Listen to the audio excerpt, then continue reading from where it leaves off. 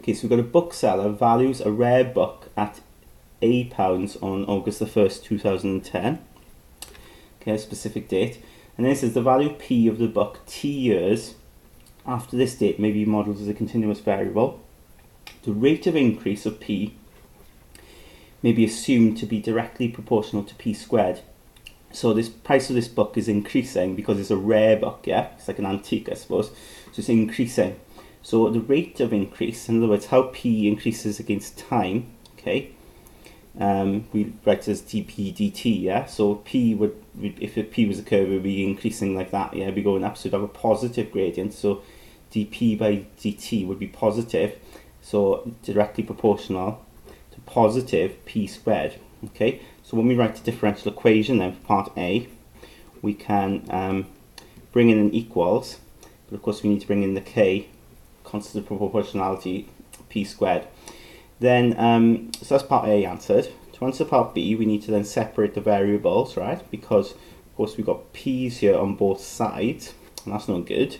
Okay, so we need to get the P's together. So the P squared over here, dP over P squared, and take the dt up. And of course, then we'll integrate this, right? Okay, so we can get, we can hopefully get what they've got there in the question, right? So when I integrate this, P squared, well, of course, it's 1 over P squared, isn't it? So I need to take that P squared up, so it becomes P to the minus 2. Okay. P to the minus 2 then, well, when I integrate that, I need to add 1 power to it. So it'll be minus 1, divide by that new power.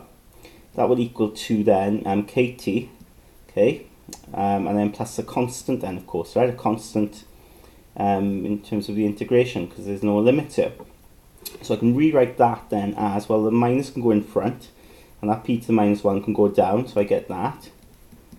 Okay.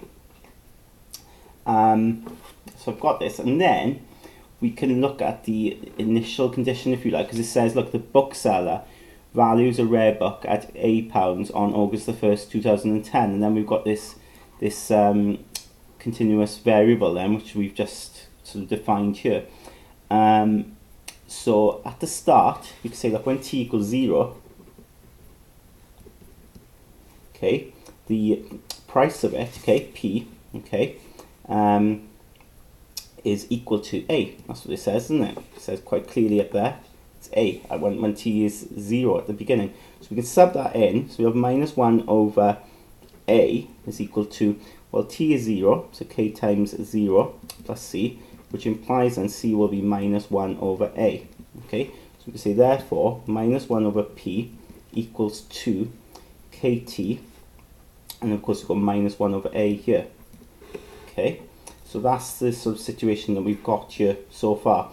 But if we look at the actual answer they want it like that, right? So we've got a little bit of work to do, haven't we? So let me just write down what I've just got there at the top here, and then we'll see what we can do to get the answer that they want. So they want t equals, don't they? They want it to be t equals here. So I've got t here.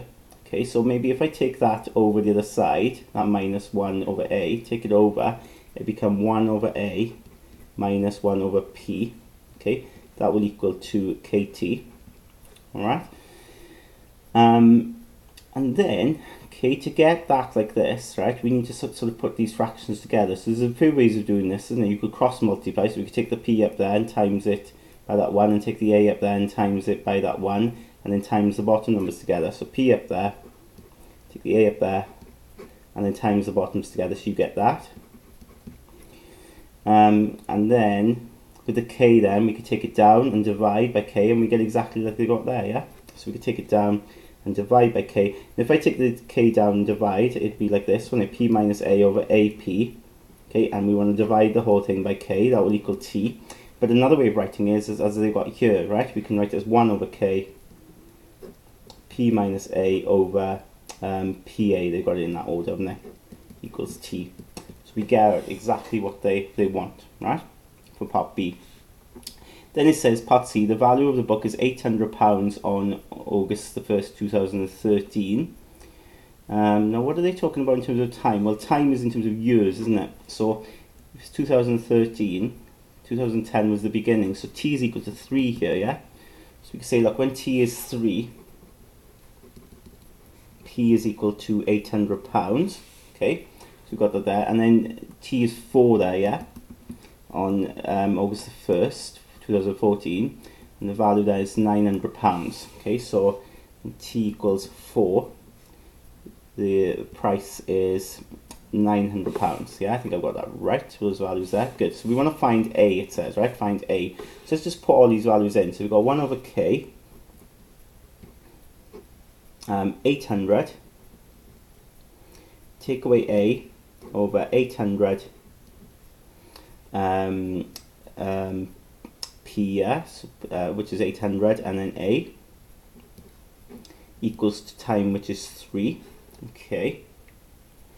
And then in this situation we've got 1 over k, so that would be then 900 minus A over 900A, and that will equal to 4. Alright, so we've got to somehow now manipulate all this so that we can get these, so we can work out what A is, essentially. Alright, I'm just wondering what to do here. I suppose one thing we could do is that k on the bottom, and we could take up here, so become 3k. And we take the 3 down, so we could rewrite that as 1/3 800 minus A over 800A equals to k. So we could swap them, and we do the same here as well. So we take the 4 down, so it'll be 1/4 900 minus A over 900A equals to k. Because they both equal to k, right? K is the same value, that means these are equal to each other. So let's just try that out. So we can say, look, 1/3 800 minus A over 800A is equal to 1/4 900 minus A over 900A. Okay. Then it's a case then of maybe cross multiplying. So, but I tell you what, before we do that, let's just sort this out here. So we've got 800 minus A over, let's take that 3 in and multiply, yeah, because we've got 1 times all of this and then 3 times that, 2400A equals to 1 times that, which is 900 minus A, 4 times that is 3600A. Okay, what I can do then is take that up here and this up here, so 3600A 800 minus A equals 2400A, take that up, 900 minus A. Now the A's here will cancel, okay, because you've got A's on both sides. You could actually cancel those zeros as well, okay, you could do that. Divide both sides by 100 actually, that's what we're doing there. So if we times these out, 36 times 800 is 28,800. 36 times A is 36. 24 times 900